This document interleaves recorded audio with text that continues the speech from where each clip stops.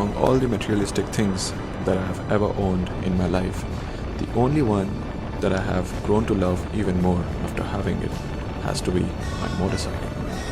It is so much more than just a machine for me. It is freedom, and when I ride it, I'm completely present in the moment, not in the past, not in the future, but completely and solely in the present. And maybe that's what makes it special.